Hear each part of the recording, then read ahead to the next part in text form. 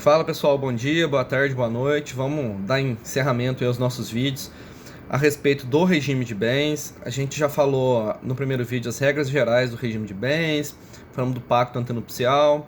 A gente já falou em um vídeo anterior, a gente comentou sobre a comunhão universal de bens, a gente já falou sobre a comunhão parcial de bens. E nesse vídeo agora a gente vai comentar sobre o regime da separação de bens e bem rapidamente sobre o regime da participação final nos aquestos. Regime da participação final nos aquestos, pessoal, a gente não vai dar muita importância, porque é um regime que a gente vê muito pouco na prática, poucas pessoas se casam sobre esse regime, e esse regime não tem tanta relevância quando a gente estiver trabalhando também com provas de concurso, porque o regime que mais cobra, os regimes mais cobrados são da comunhão parcial, da comunhão universal e alguns aspectos do regime da separação de bens, tá? Mas mesmo assim a gente vai comentar algumas regras básicas do regime da participação final dos aquestos nesse vídeo, tá bom? Vamos começar então comentar sobre o regime da separação de bens. Galera, primeiro ponto, quando a gente fala regime da separação de bens, o que a gente não pode esquecer? A gente tem duas espécies de regime de separação de bens. Regime da separação legal ou obrigatória, que é aquele regime previsto no artigo 1641 do Código Civil. Professor, qual que é esse regime mesmo? Quais são os casos? Vocês lembram do artigo 1641 do Código Civil que a gente falou no nosso primeiro vídeo? As pessoas que casarem sobre uma das causas suspensivas do casamento. Exemplo, eu me casei, mas eu me separei, não fiz a partilha dos bens e me casei de novo. Como eu ainda não fiz a partilha dos bens, eu vou ter que casar no regime da separação obrigatória de bens. Maiores de 70 anos e todas as pessoas que precisarem de suprimento judicial para casar. Nesses três casos, a gente vai ter a incidência do regime da separação obrigatória / legal de bens. Quando estudamos o pacto antenupcial, a gente viu que eu considero o artigo 1641 como uma regra de ordem pública. Eu não posso afastar a aplicação desse artigo por meio de pacto antenupcial. Eu posso afastar a súmula 377 do STF, mas eu não posso afastar esse regime, a incidência desse regime no caso concreto, tá bom, gente? Então, se eu tenho mais que 70 anos, por mais que a doutrina considere inconstitucional, eu vou ter que casar no regime da separação obrigatória de bens, tá, galera? Então, essa que é a ideia. Eu não posso afastar esse regime, por exemplo, e me casar em outro. Ok até aqui? Beleza.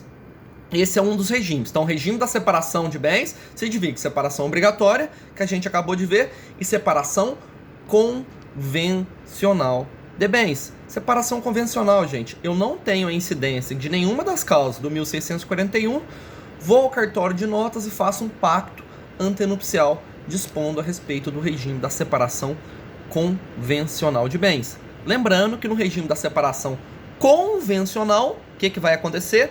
Eu não tenho a necessidade de outorga conjugal naqueles casos do artigo 1647 do Código Civil, que fala do regime da separação absoluta de bens. Vamos retomar a súmula 377, gente, só pra gente entender isso? Então tá, vamos. Súmula 377 do Supremo Tribunal Federal. No regime da separação legal de bens, comunicam-se os bens adquiridos durante a constância do casamento. Qual que é o regime da separação legal de bens? É aquele regime previsto no artigo 1641 do Código Civil. Pela súmula 377 do STF, no regime da separação legal de bens, eu teria a comunicação dos bens adquiridos durante a constância do casamento. Mas lembram, galera, que o STJ decidiu, nos anos 2017 e 2018, e acompanhando grande parte da doutrina, que, para evitar o enriquecimento sem causa, no regime da separação legal de bens, vão se comunicar os bens adquiridos durante a constância do casamento em que eu provar que haja o esforço comum. Como assim, galera? Como assim prova do esforço comum? Lembram que no regime da comunhão parcial de bens, eu tenho a presunção de que todos os bens foram adquiridos, de que todos os bens que foram adquiridos durante a constância do casamento é de ambos? Se eu tiver no regime da comunhão parcial, eu não preciso provar o esforço comum. Por outro lado, se eu tiver diante do regime da separação legal de bens, os bens adquiridos durante a constância do casamento, para que eles se comuniquem, tem que haver a prova do esforço comum. Exemplo, eu tenho que comprovar que aquela casa comprada eu contribuí para a aquisição daquela casa que foi comprada, tá? Essa que é a ideia de esforço comum. Então, galera, o que a gente pode tirar de conclusão? Que no regime da separação legal, os bens em que haja prova do esforço comum vão se comunicar. Se esses bens vão se comunicar, eu não tenho uma separação absoluta, porque alguns bens vão se comunicar. Então, quando 1647 fala da separação absoluta, qual que é o regime da separação absoluta? É o regime da comunhão, da separação convencional de bens. Beleza, galera? Então, esse é o primeiro ponto da nossa aula de hoje, tá? Então, como visto, galera, não haverá comunicação de qualquer bem quando a gente estiver trabalhando com o regime da separação convencional de bens, seja posterior, seja anterior. E a administração desses bens vai caber de forma exclusiva a qualquer um dos cônjuges, beleza, galera? Cada um deles pode alienar ou gravar esses bens, mesmo sendo imóveis, tá? Essa regra tá lá no artigo 1687 do Código Civil. Estipulada a separação de bens, lembra que é a separação convencional, estes permanecerão sob a administração exclusiva de cada um dos cônjuges, que poderá livremente alienar ou gravar de ônus real. Vocês devem fazer uma combinação desse artigo com o caput do 1647, beleza, galera? E nesse regime, galera, ambos os cônjuges são obrigados a contribuir para as despesas do casal na proporção dos seus rendimentos, tá, galera? Não esqueça disso. Apesar de nenhum bem se comunicar, ambos devem contribuir na proporção de seus rendimentos para as despesas domésticas, etc. Tá, galera? Não esquecer desse ponto. Mas o que a gente tem de interessante no regime da comunhão, da separação convencional de bens? A gente tem um probleminha, tá?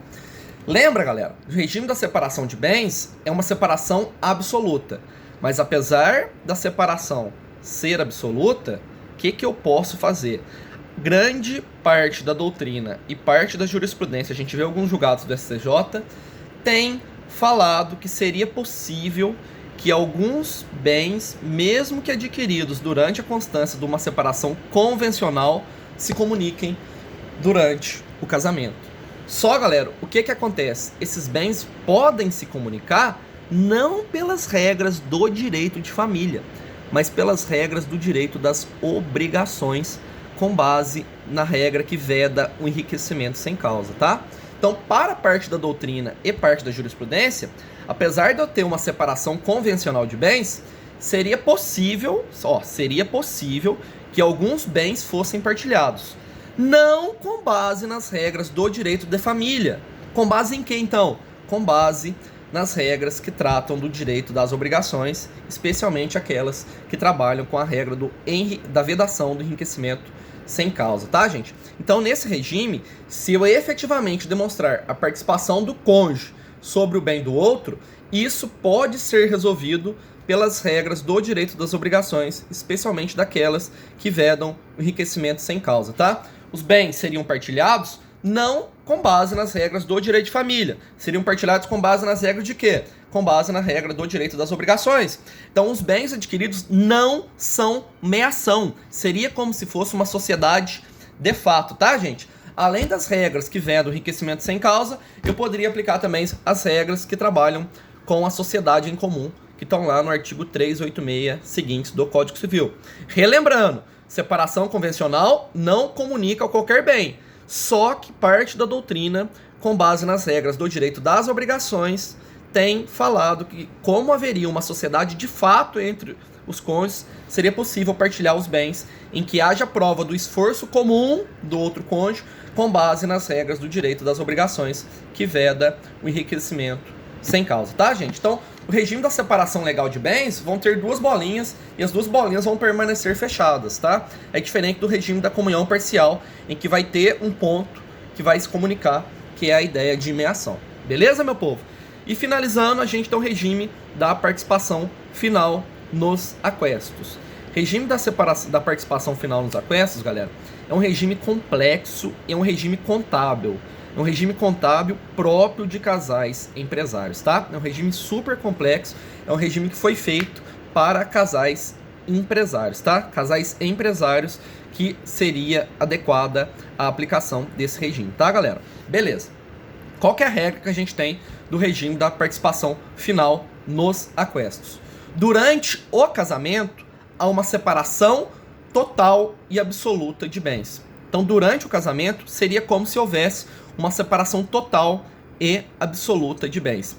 E, no caso de dissolução da sociedade conjugal, / dissolução do casamento, que a gente entende como divórcio, haveria algo próximo da comunhão parcial de bens. Só que, diferentemente da comunhão parcial de bens, eu tenho que provar também a ideia de esforço comum, a ideia de contribuição para que os bens sejam divididos, tá, galera? Então, qual que é a regra? Durante a união, durante o casamento, seria como se fosse uma separação convencional de bens.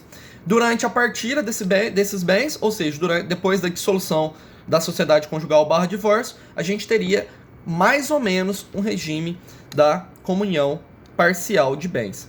Cada cônjuge terá direito a uma participação daqueles bens para os quais colaborou, devendo comprovar o esforço comum.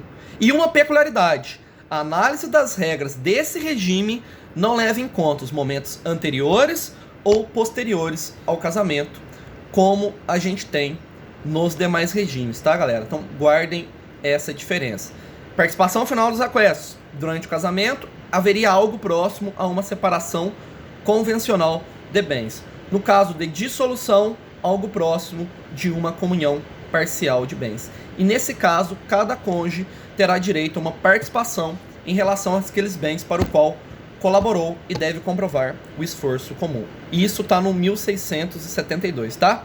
No regime da participação final nos aquestos, cada cônjuge possui patrimônio próprio e lhe cabe, à época da dissolução, direito a metade dos bens adquiridos pelo casal, a título oneroso, na constância do casamento, tá, gente? Então essa que é a regra que é geral, a regra básica que a gente tem no regime da participação final nos aquestos, tá? Vamos comentar bem rapidinho algumas regras. Artigo 1673, o que ele diz? Integram o patrimônio próprio os bens que cada cônjuge possuía ao casar e os por ele adquiridos, a qualquer título, na constância do casamento. Vejam, galera, vejam a diferença. Vejam a diferença para o regime da comunhão parcial. Lá na comunhão parcial, os bens adquiridos na constância do casamento vai se presumir que são de ambos. Aqui, na participação final dos aquestos, os bens adquiridos vão pertencer a quem? Vão pertencer ao cônjuge os bens por ele adquiridos na constância do casamento, e essa administração será exclusiva. Então reparem essa diferença. Quando a gente trabalha com comunhão parcial de bens, os bens adquiridos presumem que são de ambos. Aqui, na participação final dos aquestos, pertencem ao cônjuge os bens por ele adquiridos na constância do casamento, e essa administração é exclusiva desse cônjuge. Lembrando que é como se fosse uma separação convencional de bens durante essa união, tá? 1674 fala o seguinte: fala que com a dissolução eu devo apurar o montante dos aquestos. O que é o montante dos aquestos? É essa parte comunicável. E vou excluir da soma dos patrimônios próprios os bens anteriores, os bens que sobrevierem por sucessão ou liberalidade e as dívidas desses bens. Esses bens não se comunicariam. Então, gente, quando eu chegar no final da dissolução da sociedade conjugal e for apurar quais são os bens que formam os aquestos, ou seja, os bens que ambos contribuíram, eu vou ter que tirar do montante apurado os bens anteriores, os bens que sobrevierem por sucessão ou liberalidade e as dívidas desses bens, tá? E o 1675 complementa falando que quando for determinar o montante dos aquestos, eu devo apurar o valor das doações feitas por um dos cônjuges sem autorização do outro cônjuge, tá, galera? O que é importante nesse regime? Nesse regime é importante dar uma lida nas principais regras, e essas regras constam lá do Código Civil, tá, galera? Então vamos fazer uma simulaçãozinha aqui para ver se vocês entenderam, ó. Então eu pego o patrimônio final, vamos falar, eu sou casado com determinada pessoa, eu pego o patrimônio final meu, vamos falar que o patrimônio final meu tem um valor de R$ 1.700. Vamos falar que eu vou pegar e excluir esses bens que estão excluídos desse regime que a gente acabou de ver no 1674, aqueles 3 casos em que eu não computo no montante final. Excluir. Vamos falar que sobraram R$ 1.000 para mim, tá? Vamos pegar o patrimônio final da outra pessoa. Vamos falar que o patrimônio final da outra pessoa tem R$ 800. Pego e excluo esses bens que não vão compor os aquestos. Excluir. Sobraram excluí 500 reais. Sobraram 500 reais para outra parte. Então, da minha parte, sobraram 1.000.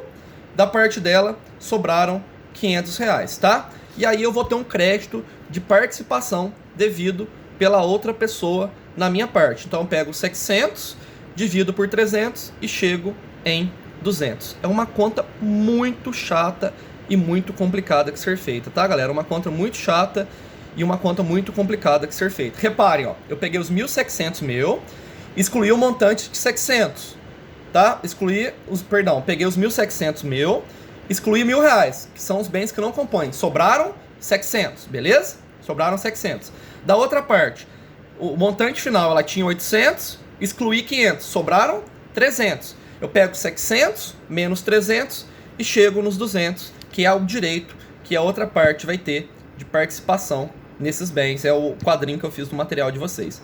Reparem, galera, é um regime complexo, é um regime contábil e um regime muito difícil de ser aplicado na prática.